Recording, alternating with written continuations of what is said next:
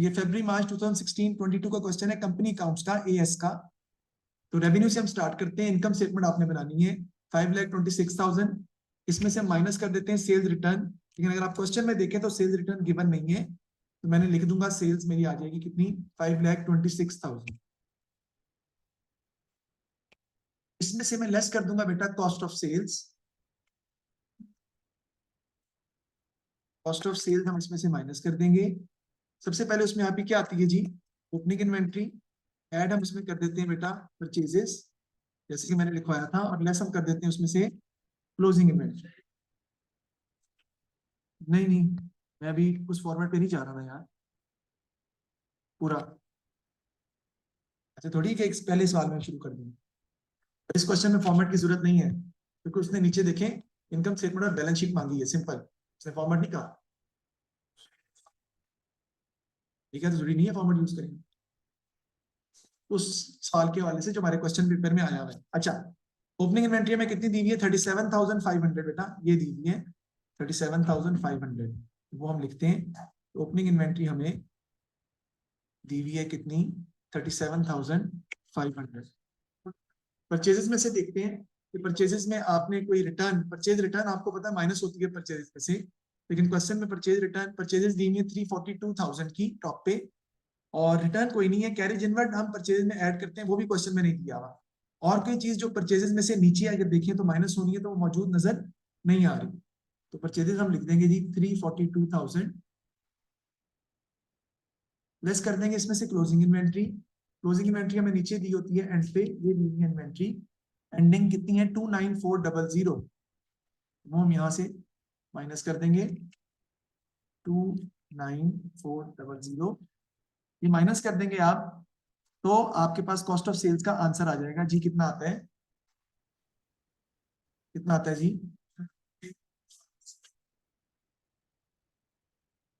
351,000, 351,000,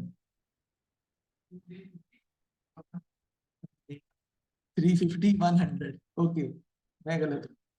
चलिए माइनस कर देंगे, आपका ग्रॉस प्रॉफिट आ जाएगा जी।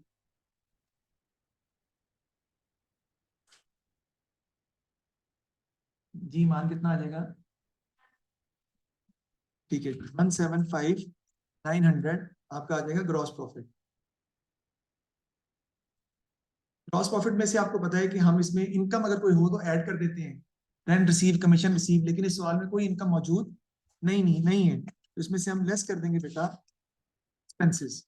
एक्सपेंसेस हम माइनस करते हैं। मैं कोई एक्सपेंसेस के हेड नहीं बना रहा अभी, मैं सिंपल एक्सपेंसेस माइनस करूंगा। क्यों सर, इसलिए बेटा कि अभी इस क्वेश्चन में आपको हेड के साथ करने की जरूरत नहीं है, क्योंकि इस क्वेश्चन में रिक्वायरमेंट नहीं है कि आप उस फॉर्मेट को फॉलो करें, तो अभी मैं सिंपल ही बनाऊं। कुछ चीजों को मैं एडजस्ट करूंगा समझाने के लिए आपको। देखें, सबसे पहले इसमें आपके कौन से एक्सपेंसेस आएंगे, अगर मैं देखूं तो वो आपके आएंगे सेलिंग एंड डिस्ट्रीब्यूशन एक्सपेंसेस। तो देखते हैं क्या हमारे सेलिंग एंड डिस्ट्रीब्यूशन एक्सपेंसेस में कोई दिए में ऐसी चीज जो कि आपको ऐड करनी है, नहीं है मौजूद। तो हम लिखते हैं यहाँ पे selling and distribution. Sir selling and distribution separate expense है? नहीं, सेलिंग और डिस्ट्रीब्यूशन का मतलब एक ही है। सेलिंग एक्सपेंस हो, डिस्ट्रीब्यूशन एक्सपेंस हो, एक ही बात। कितनी अमाउंट के दिए हुए देखते हैं पीछे, ये दिए हुए आपको कितने के, 37,510। वो मैं यहां लिख दूंगा नहीं, क्यों सर, अब जरा गौर कीजिए कि मैं इसमें क्या बताना चाह रहा हूं। यहां लिखूंगा 37,510, आगे नहीं लिखा मैंने, क्यों, क्योंकि मैंने इसमें कोई चीज ऐड करनी। वो क्या है सर, देखिए क्वेश्चन में उसने कहा है, गौर कीजिएगा, कि डेप्रिसिएशन आपने चार्ज करनी है वेयर हाउस बिल्डिंग पे, मोटर व्हीकल पे और इक्विपमेंट पे। मोटर व्हीकल पे है 25% यूजिंग स्ट्रेट लाइन मेथड। नीचे देखें क्या लिखा है, point number 8, the motor vehicle was used by the sales team. इसका मतलब है मोटर व्हीकल जो है वो कौन इस्तेमाल कर रहे हैं, वो लोग जो सेल्स कर रहे हैं। यानी सेल्स का मतलब है कि जो सेलिंग एक्सपेंस इनकर हो रहा है आपका सारे का सारा, मोटर व्हीकल भी सेल्स डिपार्टमेंट में इस्तेमाल की जा रही है। तो मोटर व्हीकल पर जो डेप्रिसिएशन चार्ज की जाएगी वो सेलिंग एक्सपेंस के अंदर आप ऐड करेंगे, वो सेलिंग एंड डिस्ट्रीब्यूशन का हिस्सा है। तो आप उस डेप्रिसिएशन को अलग से रिकॉर्ड नहीं करेंगे, बल्कि सेलिंग एंड डिस्ट्रीब्यूशन के साथ रिकॉर्ड करेंगे। मैंने ये बिल्कुल नहीं कहा कि आप अलग से रिकॉर्ड कर लेंगे तो क्या मत आ जाएगी, कर सकते हैं, लेकिन सवाल ये है कि मोटर व्हीकल पर डेप्रिसिएशन तो दी हुई उसने 25% स्ट्रेट लाइन मेथड से, ये आपने चार्ज करनी है और उसने क्वेश्चन में बता दिया है कि motor vehicle sales team use कर रही है, इसका मतलब है ये सेलिंग एंड डिस्ट्रीब्यूशन एक्सपेंस का ही हिस्सा है। तो हम निकालते हैं मोटर व्हीकल पर डेप्रिसिएशन 25% है स्ट्रेट लाइन मेथड से, तो मोटर व्हीकल कितना दिया हुआ है 70,000, इसका 25% निकाल लें तो आपके पास मोटर व्हीकल की डेप्रिसिएशन आ जाएगी। इसकी वर्किंग में यहाँ पे शो कर रहा हूँ लेकिन जरूरत नहीं है, फिर भी मैं शो कर रहा हूँ ताकि बाद में ऐड कर सकूं। कितनी आती है जी 17,500। ये मैं सेलिंग एंड डिस्ट्रीब्यूशन में ऐड करके लिखूंगा क्योंकि ये भी सेलिंग एंड डिस्ट्रीब्यूशन का पार्ट है। तो कितना आ जाएगा जी आपके पास 55,010 जी 55,010 आपका आ जाएगा जी सेलिंग एंड डिस्ट्रीब्यूशन एक्सपेंस का आंसर। उसके बाद आपके आ जाएंगे जी एडमिन और इसे हम कहते हैं ऑफिस एक्सपेंसेस, दोनों एक ही नाम है एडमिन या ऑफिस एक्सपेंसेस। वो हमें देखिए क्वेश्चन में कितने दिए हुए जाते हैं। एडमिन एक्सपेंसेस दिए हुए 36,130 के, इसको भी आप पहले अंदर कॉलम में लिखेंगे यहाँ पे 36,130। मैं दोबारा देख लेता हूं, देखें एडमिन एक्सपेंसेस दिए हुए 36,130 के, और नीचे देखें उसने क्वेश्चन में बताया है कि एडमिन एक्सपेंसेस में कोई एक्रूट तो नहीं है, लेकिन मुझे आप बात ये बताएं कि जो बैड डेट्स होते हैं, बैड डेट्स किसकी वजह से आपको नुकसान बर्दाश्त करना पड़ रहा है आसान, क्योंकि आप प्रॉपरली आपकी जो एडमिन डिपार्टमेंट की टीम है वो अपने आपके ट्रेड रिसीवेबल से प्रॉपर पैसे कलेक्ट नहीं कर पा रही। आपका एडमिन डिपार्टमेंट वीक है, आपकी एकेडमी की जो मैनेजमेंट है वीक है, किसी बच्चे ने पैसे नहीं दिए, मेरे पैसे तो गए ना, किसकी वजह से हुआ है ये बैड डेट्स अगर हुए हैं एडमिन की वीकनेस की वजह से। तो बैड डेट्स का जो एक्सपेंस है वो एडमिन डिपार्टमेंट का ही खर्चा कंसिडर किया जाता है। बैड डेट्स भी एडमिन एक्सपेंसेस में रिकॉर्ड होते हैं और प्रोविजन फॉर डाउटफुल डेट भी एडमिन एक्सपेंसेस में ही रिकॉर्ड की जाती है। इसी तरह जो ऑफिस इक्विपमेंट की डेप्रिसिएशन है बेटा, वो भी ऑफिस एक्सपेंसेस में आनी है क्योंकि उसका ताल्लुक ऑफिस से रिलेटेड है। तो ऑफिस इक्विपमेंट की डेप्रिसिएशन भी ऑफिस इक्विपमेंट एडमिन एक्सपेंस में आएगी। तो वो मैं पहले निकालता हूं। पहले बैड डेट्स देखते हैं वो हमारे कितने के हैं बेटा 200 के, तो इसमें प्लस कर दूंगा मैं कितना 200। उसके बाद बेटा प्रोविजन निकालता हूं मैं। अगर आप गौर करें तो आप देखें आपके ट्रेड रिसीवेबल्स कितने के दिए हुए हैं।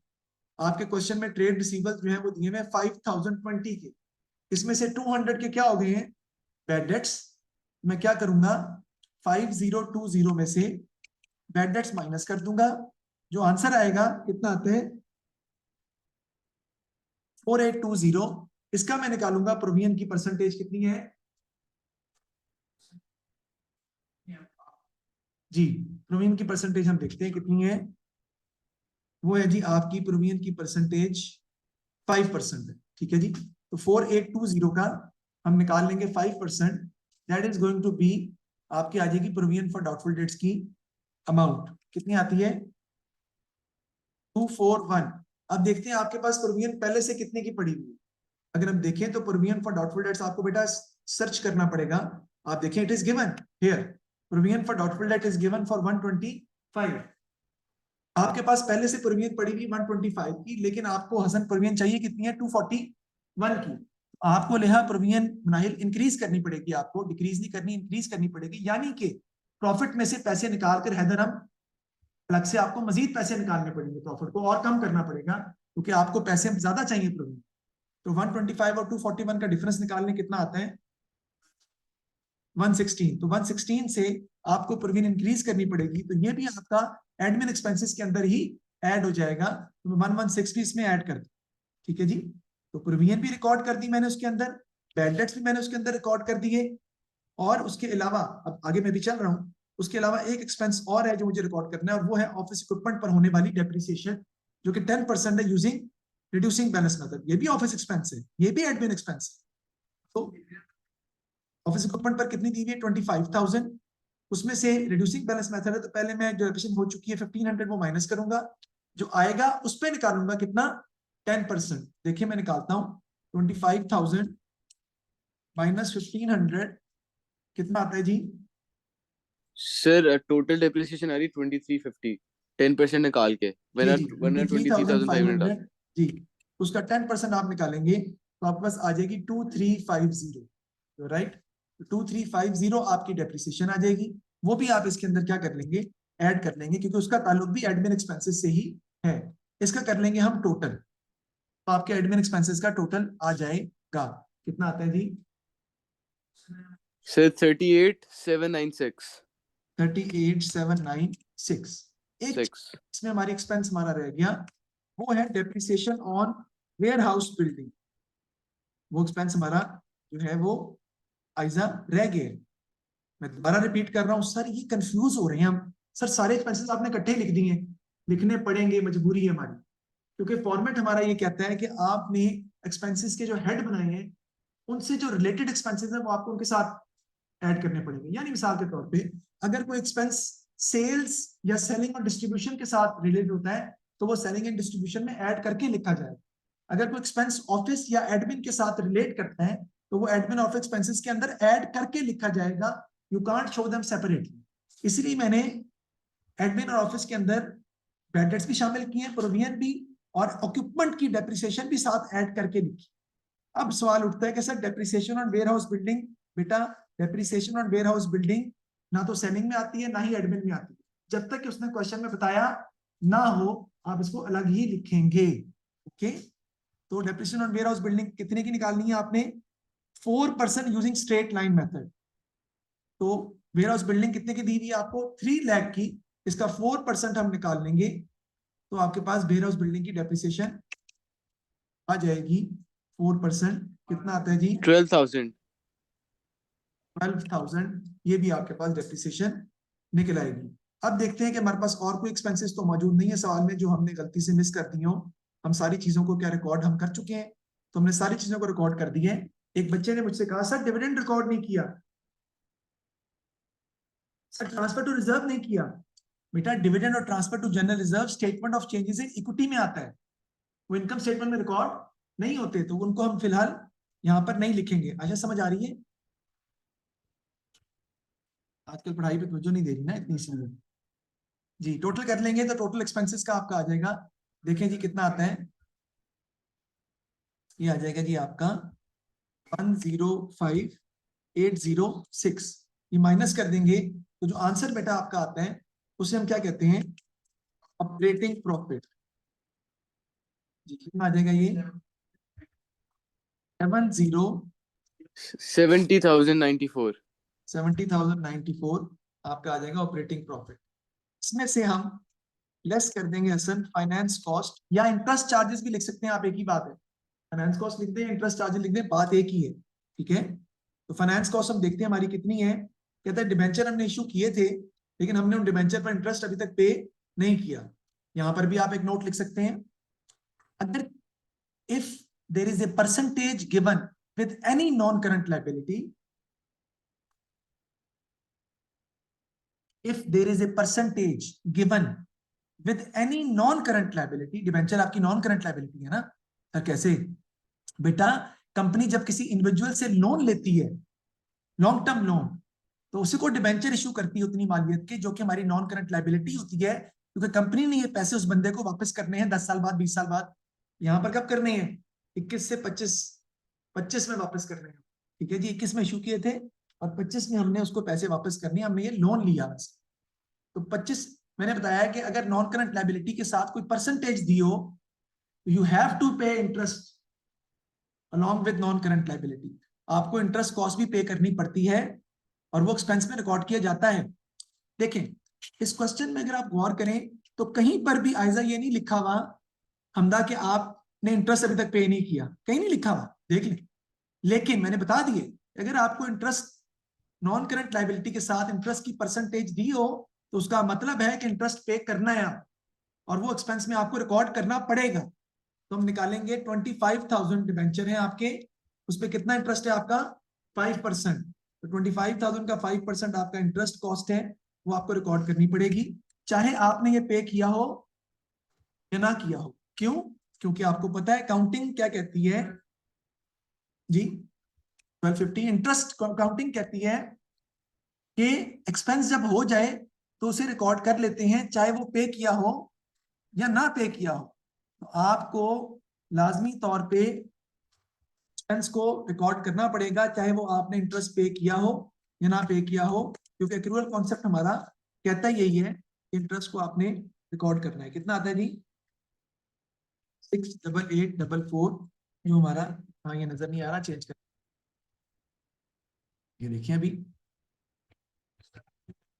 अब ठीक है। तो 68844 हमारा निकला है प्रॉफिट फॉर द ईयर, हमने फाइंड कर लिया बाय प्रिपेयरिंग इनकम स्टेटमेंट। सवाल हमारा खत्म नहीं हुआ, अभी हमने इनकम स्टेटमेंट बनाई है, अभी हमने statement of changes in equity बनानी है, वो भी रहती है, ठीक है। तो वो हम बनाते हैं सबसे पहले, और बैलेंस शीट भी बनेगी आप। तो सबसे पहले इसमें हम statement of changes in equity की तरफ जो है वो चलते हैं और वो हम बनाते हैं। तो वो कैसे बनेगी, उसके लिए एक हम और ओपन करते हैं।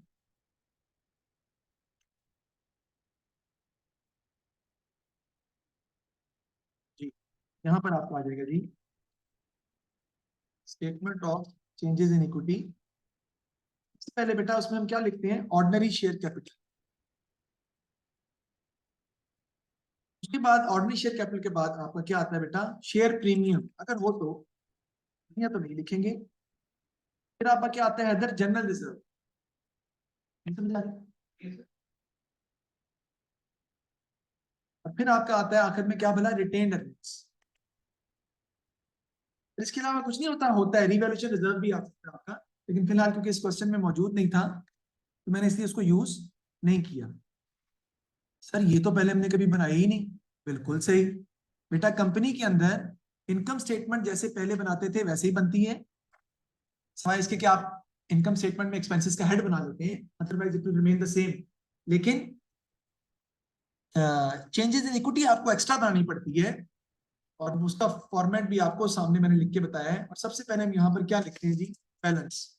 और बैलेंस ये है कि आपके पास पहले से ऑर्डिनरी शेयर में, शेयर प्रीमियम में, जनरल रिजर्व में, रिटेन अर्निंग में क्या कुछ पड़ा हुआ। चलते हैं वापस सवाल के ऊपर और हम देखते हैं। आपके पास 1,40,000 ऑर्डिनरी शेयर थे और $1 का एक शेयर था, तो 1,40,000 आपका ऑर्डिनरी शेयर कैपिटल है। जनरल रिजर्व आपको दिए हुए कितने के, 25,000 के। और रिटेन अर्निंग्स भी आपको दी हुई कितने की, 4099 नहीं 140,990 की। मैं लिखता हूं जी, 1,40,000 का आपके पास ऑर्डिनरी शेयर कैपिटल आ जाएगा।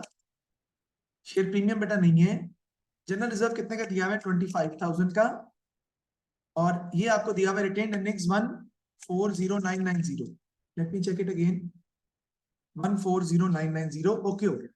सर आपने इसके अंदर रिवॉल्यूशन रिजर्व नहीं लिखा, वो दिया नहीं हुआ, शेयर प्रीमियम नहीं लिखा, वो दिया नहीं हुआ, इसलिए मैंने उसमें रिकॉर्ड नहीं किया। सर डिबेंचर नहीं लिखे, गलत। डिबेंचर हमारी नॉन करंट लायबिलिटी होती है, it is not a part of equity, equity में आती ही नहीं है। सबसे पहले हम यहाँ पे क्या ऐड करेंगे बेटा, प्रॉफिट फॉर द ईयर। आपके पास सबसे पहले यहाँ पे हम ऐड कर देंगे profit for the year. Sir वो कहाँ से आएगा बेटा, पीछे जो प्रॉफिट निकाला है आपने वही आपने यहाँ पर लिखना है। और इनकम स्टेटमेंट बनाई भी इसलिए थी आपने, ताकि आप प्रॉफिट को यहाँ पर लेके जा सकें। 68844 आपका प्रॉफिट फॉर द ईयर है, वो मैं यहाँ पर रिटेन अर्निंग्स के कॉलम में ऐड कर दूं। क्यों सर, देखें बेटा, आपको रिटेन अर्निंग्स कहता क्या है, रिटेन अर्निंग्स ये कहता है कि पिछले सालों से आपका प्रॉफिट पड़ा हुआ था 1,40,990 का, उसी में आपने इस साल का प्रॉफिट भी ऐड कर देना है, क्योंकि आपका प्रॉफिट बढ़ गया तो आप उसमें ऐड कर देंगे। फिर यहां से हम क्या माइनस कर देते हैं, इंटरम डिविडेंड या कोई भी डिविडेंड, फाइनल डिविडेंड भी, जितना डिविडेंड आपने पे किया है शेयर होल्डर्स को, वो डिविडेंड क्या होता है, प्रॉफिट ऑन शेयर। तो बेटा प्रॉफिट, शेयर पे जो प्रॉफिट जो हमने देना है शेयर होल्डर्स को, वो कहां से पे करेंगे, प्रॉफिट में से। और प्रॉफिट कहां पड़ा हुआ है आपके पास, रिटेन अर्निंग्स में, तो आपको वहीं से माइनस करना पड़ेगा। और ये लिखा हुआ है इंटरम ऑर्डिनरी डिविडेंड पेड 8400, ये हम वहां से माइनस कर देंगे। तो यहां पर आपका आ जाएगा ब्रैकेट में 8400 माइनस हो जाएगा। उसके बाद और देखते हैं, अगर नए शेयर हम इशू कर रहे होते तो वो भी इक्विटी में आते, फिलहाल नहीं है। उसके अलावा जो इक्विटी में आना है वो है transfer to general reserve. Director had decided to transfer 25,000 to general reserve. आपने क्या किया है, प्रॉफिट में से कुछ पैसे निकाल कर जनरल रिजर्व में डाल दिए, इसलिए फ्यूचर ग्रोथ के लिए, फ्यूचर एक्सपेंशन के लिए। तो वो पैसे हम यहां से क्या कर देंगे बेटा, माइनस कर देंगे, यानी 25,000 प्रॉफिट में रिटेन अर्निंग के कॉलम में कम हो जाएंगे, और जनरल रिजर्व के कॉलम में 25,000 क्या हो जाएंगे, बढ़ जाएंगे। तो वहां हम ऐड कर देंगे, रिटेन अर्निंग में से माइनस कर देंगे, और जनरल रिजर्व में क्या कर देंगे, ऐड कर देंगे। ओके जी। उसके बाद आपका और कोई चीज मेरे ख्याल में नहीं है इसके अंदर, प्रपोज डिविडेंड तो मैंने बताया था कि आता ही नहीं है, इसका हम टोटल कर लेंगे। ये आपका statement of changes in equity का टोटल जो है हमारे पास आ जाएगा। ये आपका आता है कितना जी, 1,40,000।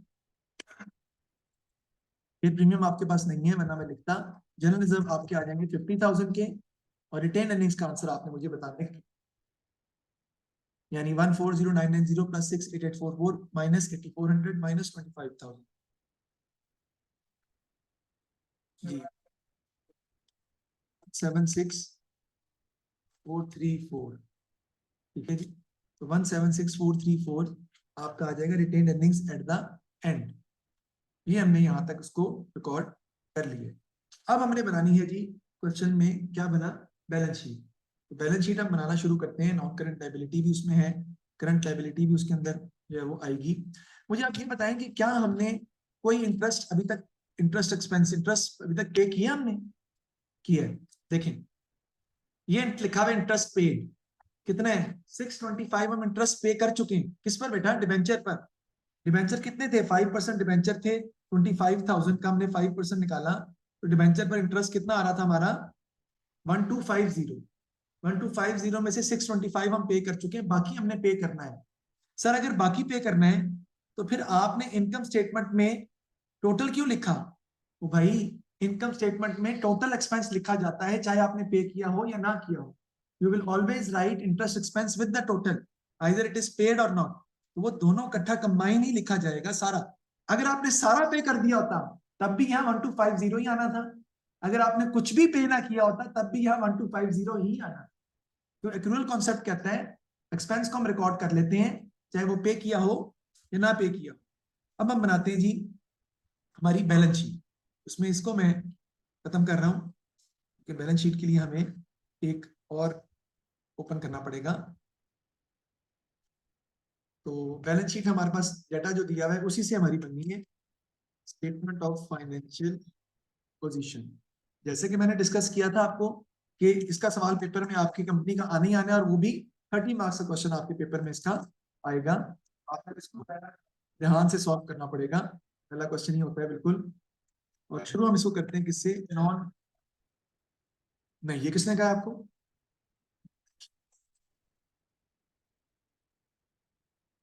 क्या लॉजिक है जी?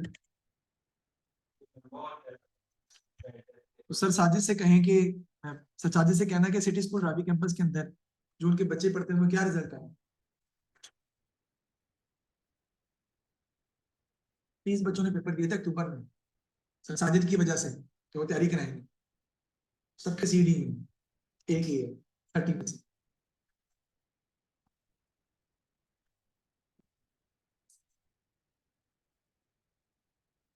पहला सवाल तो मेरे हिसाब से लाजमी करना चाहिए पहले ही, क्योंकि इसमें टाइम बहुत ज्यादा लगता है, तो आपको फिर टाइम नहीं मिलता। आप पहले सवाल की बिल्कुल जो तरतीब बनेगी उसी तरतीब से क्वेश्चन सॉल्व करनी चाहिए, डिपेंडिंग अपॉन कि आपको सवाल आते हैं। अदरवाइज तो 4 में से जो आता है वही करना पहले, वो तो चौथा नहीं हो सकता।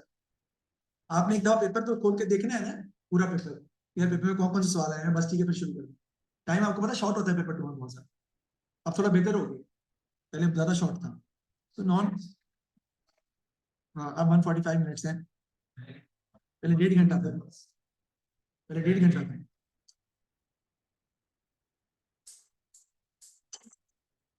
तो लिखे नहीं जी,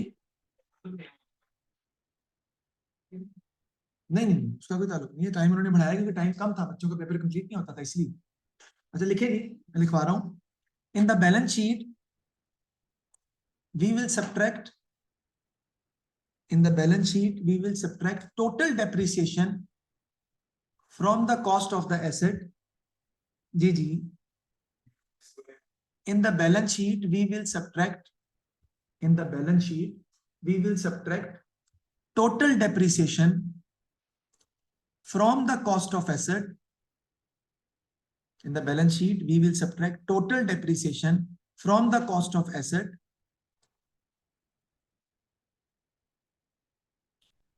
ब्रैकेट में लिख लें, आगे इसके ब्रैकेट में लिखना है current year depreciation and previous year depreciation. In the balance sheet we subtract total depreciation from the non current asset, bracket में लिख लें आप current year depreciation and previous year depreciation. यानी सारी डेप्रिसिएशन मिला के आप माइनस करते हैं, टोटल डेप्रिसिएशन आप माइनस करते हैं और फिर आप उसमें लिखते हैं। तो सबसे पहले हम इसमें क्या रिकॉर्ड करते हैं बेटा, वेयर हाउस बिल्डिंग हम रिकॉर्ड करते हैं। सबसे पहले वो हमें दी हुई है, वेयर हाउस बिल्डिंग की कॉस्ट अगर आप देखें तो वो आपकी कितनी है, वेयर हाउस बिल्डिंग की कॉस्ट हम देखें तो वो हमें दी हुई यहाँ पे 3 लाख, लिख लेते हैं जी 3 लाख की कॉस्ट है। तो यहाँ पे कॉस्ट हम रिकॉर्ड करेंगे 3 लाख। उसके बाद डेप्रिसिएशन मैंने बताया टोटल आपने लिखनी है, और देखिए वेयर हाउस बिल्डिंग पर पहले डेप्रिसिएशन हो चुकी है कितनी, 12,000, और अब इस साल जो आपने इनकम स्टेटमेंट में लिखी है वो कितनी है, नहीं इस साल जो लिखी है आपने वो कितनी है, 12,000, हाँ वो भी 12,000।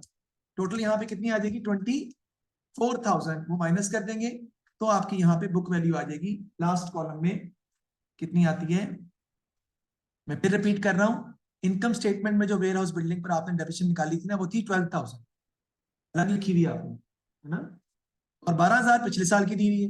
दोनों को ऐड करके 24,000 माइनस करेंगे, क्या आता है आपका 276,000। देखिए सर 12,000 तो करंट ईयर की है, तो प्रीवियस ईयर कितनी है, ये लिखी हुई 12,000, 12 प्लस 12 24 माइनस कर। आगे मोटर व्हीकल पर कितना कॉस्ट है, 70,000, तो लिखते हैं हम, यहाँ पे हम लिख लेते हैं जी मोटर व्हीकल की कॉस्ट कितनी है जी, 70,000, ठीक है जी। उसमें से डेप्रिसिएशन हमने माइनस करनी है, वो भी टोटल, मोटर व्हीकल की डेप्रिसिएशन पहले कितनी हो चुकी है, 12,500, और अब मोटर व्हीकल पर डेप्रिसिएशन हमने कितनी निकाली थी वो आपने इनकम स्टेटमेंट में लिखी होगी, मैं उसको रब कर चुका हूँ, मेरे पास वो मौजूद नहीं है, 25% स्ट्रेट लाइन मेथड से वो हमने मेरे ख्याल 75,000 का लिया था, 2350 आती है 70,000 का, 25% ज्यादा नहीं चाहिए थी,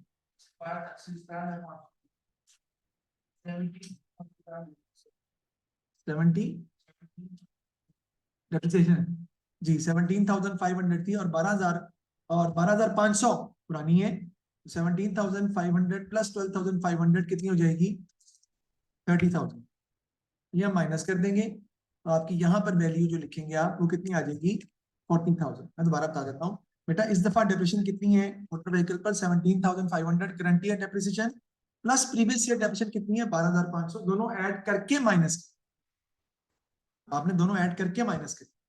उसके बाद आपकी आ जाएगी ऑफिस इक्विपमेंट, वो की कॉस्ट दी हुई कितनी, 25,000 की,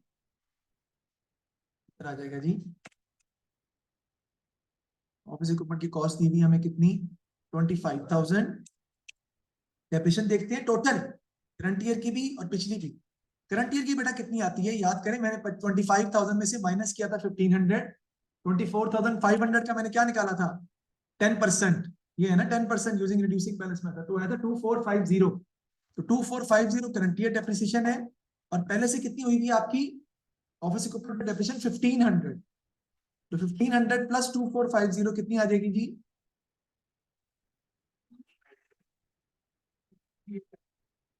क्या टोटल 3850, 2350 थी, यू आर राइट,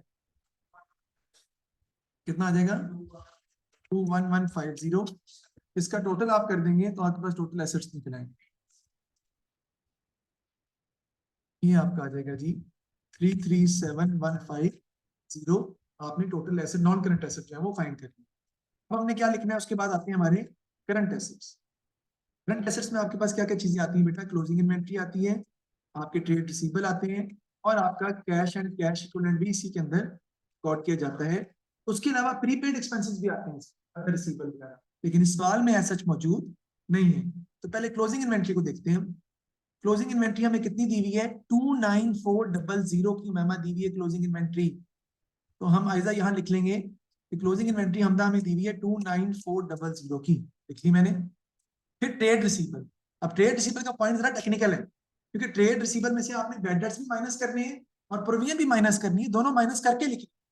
तो ट्रेड रिसीवेबल दिए हैं 5020 के, मैं शो करूंगा आपको ताकि आपको बात समझ भी आ जाए। तो ट्रेड रिसीवेबल आपके आएंगे 5020 माइनस 200 जो बैड डेट्स हुए हैं, और माइनस इसमें से कर देंगे आप प्रोविजन, वो कितनी आई थी 241। बेटा टोटल प्रोविजन माइनस करते हैं आप, वो नहीं जो इंक्रीज की है, टोटल प्रोविजन जो निकली थी आपकी वो माइनस करेंगे, वो 241 थी। तो कितने आते हैं आपके ट्रेड रिसीवेबल?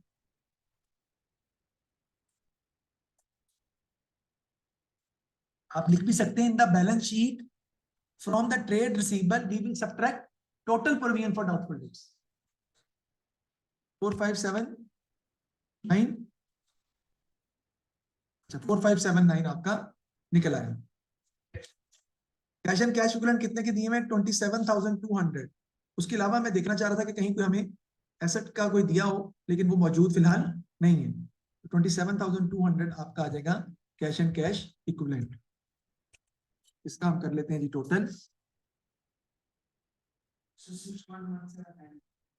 ये आपका आ जाएगा जी 61179, और फिर ग्रैंड टोटल आप कर लेंगे, यानी टोटल एसेट्स आपके पास आ जाएंगे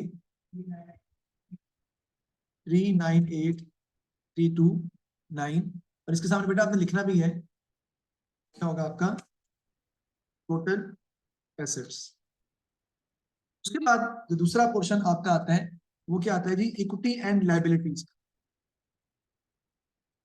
इक्विटी एंड लायबिलिटी सबसे पहले लिखते हैं आप।